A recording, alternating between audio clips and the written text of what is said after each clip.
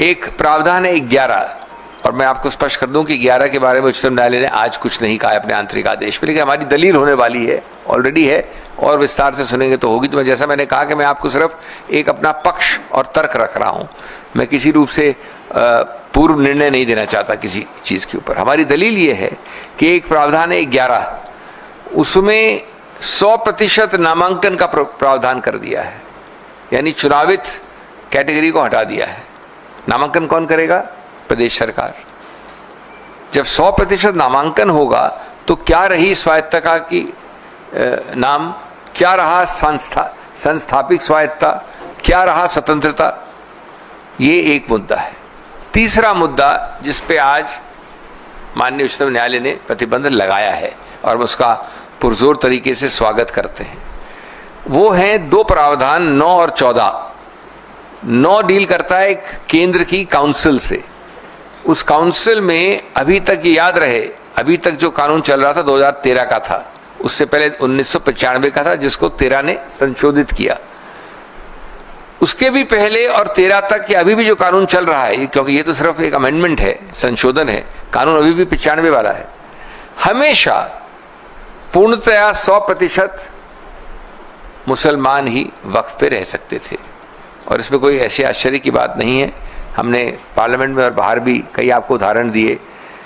कर्नाटक का Hindu religious act, Jagannath temple का, माता वैष्णो देवी का, इधर अपने तिरुपति का, काशी विश्वनाथ का, सिख गुरुद्वारा एक्ट, कई हैं जिसमें ये बड़ा स्पष्ट है कि सिर्फ उसी समुदाय, उसी धार्मिक वर्ग के लोग ही उसका संचालन कर सकते हैं, और ये स्वाभाविक है, इसमें कोई नई बात नहीं है।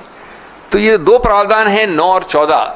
इसमें पहली बार प्रावधान ये है कि संभवतः थ्योरेटिकली जहां तक काउंसिल का सवाल है तो 12-22 में से नॉन मुस्लिम हो सकते हैं।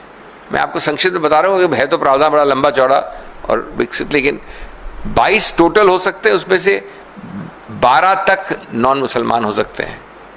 केंद्रीय काउंसिल जो है वक्फ। जो दूसरा प्रावधान है 14 नंबर, वो बोर्ड्स के बारे में है। बोर्ड्स में 11 में से 7 नॉन मुसलमान हो सकते हैं। ये मुसलमानों की बात नहीं हो रही है, ये बात हो रही है कि अपनी संस्था को स्वायत्तता के साथ अपने समुदाय द्वारा, अपने धार्मिक वर्ग द्वारा चलाया जाए। और जो पिछले 70, ये पहला जो एक्ट है वक्फ का कानून, वो 1913 में आया था, फिर 23 में आया, फिर 95 में आया, फिर 13 में फिर संशोधित हुआ 2013 में, 1913 में, 100 वर्ष से ज़्यादा पहले। कभी ऐसा नहीं हुआ जो 9 और ये 14 वाले प्रावधान कहते हैं। और आप आज कल भी हमने दलील की, पक्ष रखा उच्चतम न्यायालय के सामने, कुछ प्रश्न उत्तर भी हुआ जो आज रिपोर्ट भी हुआ है कि क्या आप सिख गुरुद्वारा एक्ट में किसी और मुसलमान को डालेंगे, क्या वैष्णो देवी श्राइन में किसी मुसलमान को बिठाएंगे, इत्यादि इत्यादि। और बड़े अजीबोगरीब प्रावधान है। एक प्रावधान है कि अगर 100%, हम लोग 100% लोग हैं, अविश्वास मत करें इस आदमी के ऊपर जो हमारा अध्यक्ष है, बोर्ड का अध्यक्ष ये है, हम लोग सब 100% अविश्वास मत डाल दें इसके ऊपर, उसको हटा नहीं सकते जब तक कि सरकार नहीं हटाए उसे। इसमें क्या गणतंत्र रहा, लोकतंत्र रहा, स्वायत्त रहा, अपने आदमी को अपने आप चुनना या उस पर विश्वास होना कहाँ रहा। इसी प्रकार से सीओ, ये मजाकिया प्रावधान है, मजाकिया है, मुस्लिम वक्फ बोर्ड का सीओ भी नॉन मुसलमान हो सकता है।